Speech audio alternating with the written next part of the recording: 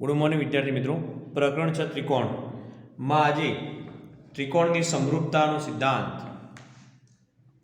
ત્રિકોણની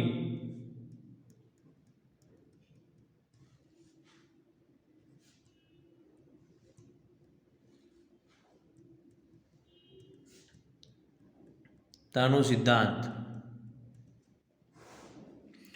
ત્રિકોણની સમરૂપતાનો સિદ્ધાંત આપણે સમરૂપ ત્રિકોણની વ્યાખ્યા અનુસાર આપણે શું કહેવાય કે ત્રિકોણ એબીસી, બે ત્રિકોણ લઈશું, ત્રિકોણ એબીસી અને ત્રિકોણ ડીઈએફ માં ડીએફ એ સંગતતા એબીસી સંગત ડીઈએફ, એબીસી અને ડીઈએફ એ સંગતતા, આ સંગતતાનો સિમ્બોલ છે. એબીસી સંગતતા ડીઈએફ માટે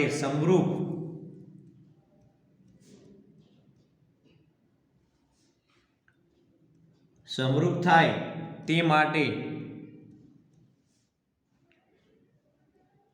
નીચેની શરતોનું પાલન થવું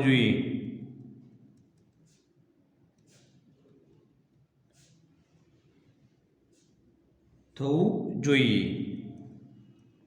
કઈ શરત? નંબર 1, ખૂણો એ બરાબર, આ ખૂણો છે ખૂણો ડી, ખૂણો એ બરાબર શું? ખૂણો એ અને ખૂણો ડી સરખા હોવા જોઈએ. બીજું, ખૂણો બી બરાબર ખૂણો ઈ ને ખૂણો સી બરાબર ખૂણો એફ. બધા ખૂણાઓ સરખા હોવા જોઈએ. ખૂણા એ બરાબર ખૂણા ડી, ખૂણા બી બરાબર ખૂણા ઈ અને ખૂણો સી બરાબર ખૂણો એફ. અને બીજી વસ્તુ નંબર 2 કે ગુણોત્તર તેમને બધી બાજુઓનો ગુણોત્તર AB ભાગ્યા DE બરાબર BC ભાગ્યા EF બરાબર AC ભાગ્યા DF. AC તો DF, AC તો શું આવશે? DF. જો આ શરતોનું પાલન થતું હોય તો આપણે સંકેતમાં લખી શકીએ કે ત્રિકોણ ABC, આ બે શરતોનું પાલન થતું હોય તો આપણે લખી શકીએ ત્રિકોણ ABC સમરૂપ ત્રિકોણ DEF લખી શકાય. ક્લિયર થયું? ABC આ સંકેત કોનો છે? સમરૂપ. કોનો છે? આપણને સમરૂપ, કે ત્રિકોણ ABC સમરૂપ ત્રિકોણ DEF. ક્લિયર થયું? હજુ બીજી વસ્તુ એ ખાસ યાદ રાખ્યું, જો બે ત્રિકોણની સમરૂપતા ને તેમના શિરોબિંદુઓની સાચી સંગતતા સંકેતમાં દર્શાવીને અભિવ્યક્તિ કરવી હોય તો ફક્ત એક જ સંગતતા કરી શકીએ. ત્રિકોણ ABC અને ત્રિકોણ DEF ની અભિવ્યક્તિ દર્શાવી હોય તો ABC સંગતતા DEF શું થશે? ABC સંગતતા DEF એ સમરૂપતા હોય તો તેમને ફક્ત ત્રિકોણ ABC સમરૂપ ત્રિકોણ DEF લખી શકાય. થયું ક્લિયર? જો આ સંગતતા હોય તો આને સમરૂપ આ રીતે લખી શકાય. ક્લિયર? બીજી વસ્તુ કે ત્રિકોણ ABC સમરૂપ ત્રિકોણ EDF અથવા ત્રિકોણ ABC સમરૂપ ત્રિકોણ FDE લખી શકીએ નહીં. ખાસ યાદ રાખજો કે ત્રિકોણ ABC સમરૂપ ત્રિકોણ EDF અને ABC સમરૂપ ત્રિકોણ FDE લખવું એ ખોટું છે, લખી શકીએ નહીં. જો તમે ક્રમમાં ફેરફાર કરો તો પછી ત્રિકોણના શિરોબિંદુમાં ફેરફાર કરવો પડે. ક્લિયર થયું? કે જો પહેલા ત્રિકોણના શિરોબિંદુના ક્રમમાં ફેરફાર કરીએ તો તે પ્રકારનો ફેરફાર બીજા ત્રિકોણના શિરોબિંદુના ક્રમમાં પણ ફેરફાર કરવો પડે. હવે એટલે કે કઈ રીતે? કે ત્રિકોણ BAC કર્યો આપણે, BAC. હવે જો BAC એ તો B ને સંગત જોઈ લો. B ને સંગત શું આવશે? અહીંયા E આવે એટલે શું આવશે? અહીંયા ત્રિકોણ કયો આવશે? E આવશે. જો આ ત્રિકોણને તમે સમરૂપ સંગતતાના આધારે લખો સમરૂપમાં, એટલે બી હે તો બીને જો સામે શું ઈ દેખાડો તમને, બી પછી એ હે તો એની સામે શું દેખાડો ડી, એટલે ભાઈ ઈ પછી શું આવશે ડી, અને સી ને શું આવશે આપણે એટલે ઈડીએફ થશે. શું થયું આપણે કે ત્રિકોણ બીએસી સમરૂપ ત્રિકોણ ઈડીએફ અથવા ત્રિકોણ સીએબી. શું કર્યું આપણે સીએબી તો સમરૂપ શું આવશે અહીંયા સી એ તો સી ની સામે શું આવશે એફ. હવે એ તો એની સામે શું આવશે ડી, એફ ડી, અને અહીંયા બી છે તો બી ની સામે શું આવશે એફ ડી ઈ થશે. તો સાચું કહેવાશે. ક્લિયર થયું? પણ લખી શકાય. ક્લિયર કે ત્રિકોણની સમરૂપતાનો સિદ્ધાંત સૌથી અગત્યનો હતો. ક્લિયર થયું?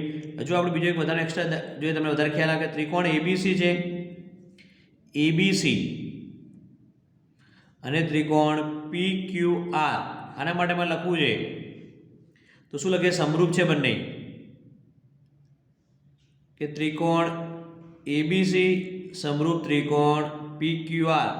ઘણી વાર એમસીક્યુ પૂછાતું હોય કે ત્રિકોણ બી સી એ સમરૂપ ખાલી જગ્યા. હવે જો બી સી એ તો બી સી અને બી ની સામે શું આવશે ત્રિકોણ કયો આવશે ક્યુ, સી ની સામે આર,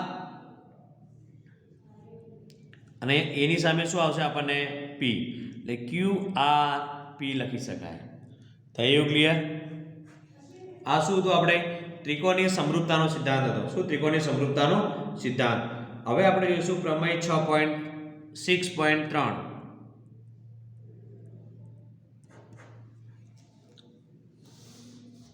હવે જો તમને આપેલો પ્રમેય 6.3 શું કહે, જો બે ત્રિકોણોમાં અનુરૂપ ખૂણાઓ સમાન હોય. શું કહે?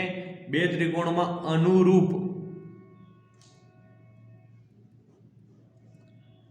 ખૂણાઓ સમાન હોય તો તેમની અનુરૂપ ખૂણાઓ સમાન હોય તો તેમની અનુરૂપ બાજુઓની જોડનો ગુણોત્તર, ખૂણાઓ સમાન તો તેની અનુરૂપ બાજુઓની જોડનો ગુણોત્તર સમાન હોય અથવા સમપ્રમાણ બાજુઓ હોય તો બે ત્રિકોણો સમરૂપ છે. તો શું થશે? બે ત્રિકોણો સમરૂપ છે. તો બે ત્રિકોણો સમરૂપ છે. શું થાય? બે ત્રિકોણો સમરૂપ. ક્લિયર થઈ ગયું? હવે આ શરત એ બે ત્રિકોણની સમરૂપતા માટેની ખૂ શરત. ખૂ એનો મતલબ શું થયો? ખૂણો અને ખૂણો. શું થાય? ખૂણો અને ખૂણો, એટલે એંગલ શરત તરીકે પણ ઓળખાય છે. ક્લિયર થઈ ગયું? કઈ શરત તરીકે? આપણે એંગલ શરત તરીકે પણ ઓળખાય છે. હવે આપણે જોઈશું એક્ઝામ્પલ સાથે બે ત્રિકોણ જોઈશું. ત્રિકોણ એબીસી,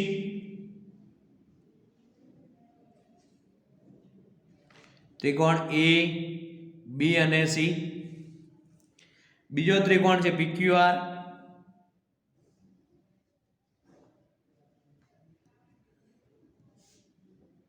પીક્યુઆર એ બરાબર 50, બી બરાબર 60, સી બરાબર 70. પી આપેલા છે તમને 50, ક્યુ આપેલા છે 60 અને સી બરાબર 70. હવે શું આપ્યું? ત્રિકોણ એબીસી માં ખૂણો એ બરાબર 50 આપેલો છે, ખૂણો બી બરાબર તમને 60 આપેલા છે, ખૂણો સી બરાબર 70 આપેલા છે. રાઈટ? એ જે જુઓ તમે અહીંયા ખૂણો ત્રિકોણ પીક્યુઆર માં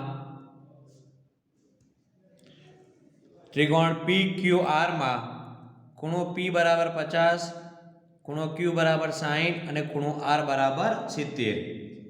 એનો મતલબ શું થયો? જો ધ્યાનથી ખૂણા એ હે એ જ ખૂણો શું આપે તમને? પી આપેલો છે. બંને સરખા છે. ખૂણો બી એ શું ખૂણો ક્યુ છે, એટલે ખૂણો બી બરાબર ખૂણો ક્યુ થઈ ગયો. ખૂણો સી બરાબર ખૂણો આર થઈ ગયો.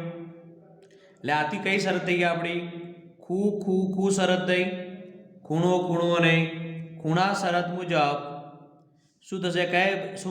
કયું સમરૂપ થશે? ત્રિકોણ એબીસી સમરૂપ ત્રિકોણ PQR. થઈ ગયું ક્લિયર? કે ત્રિકોણ એબીસી સમરૂપ ત્રિકોણ PQR. ક્લિયર થઈ ગયું? આ કઈ હતી? ખૂ ખૂ ખૂ શરત હતી, એટલે ખૂણો ખૂણો અને ખૂણો. બીજી વસ્તુ જોઈએ, ખૂણો અને ખૂણો શરત. ખૂણા ખૂણા શરતમાં શું કહે છે તમને? જો કોઈ ત્રિકોણના કોઈ એક ત્રિકોણની વાત કરે છે, પેલા આપણે બે ત્રિકોણની વાત હતી. જો કોઈ ત્રિકોણના બે ખૂણાઓ અનુક્રમે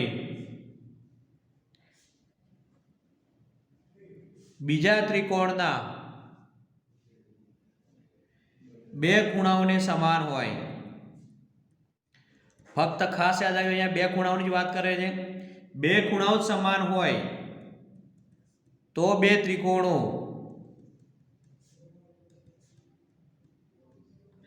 સમરૂપ છે. તો પણ શું કહેવાય? બે ત્રિકોણો સમરૂપ થશે. ફક્ત બે જ ત્રિકોણોના ખૂણાઓ માપ સમાન હોય. માન લો કે અહીંયા ત્રિકોણ PQR હતા અને એબીસી હતું, ફક્ત બે જ ખૂણાઓ સમાન હોય તો પણ તેમને શું કહેવાશે? સમરૂપ છે તેમ કહેવાય. અને એવી શરતને કઈ શરત કહીશું આપણે? ખૂ શરત કહે, એટલે ખૂણો ખૂણો શરત કહે છે. કઈ શરત કહીશું આપણે? ખૂણો ખૂણો શરત. એટલે એંગલ શરત કહેવાશે. કઈ શરત? આપણે એંગલ.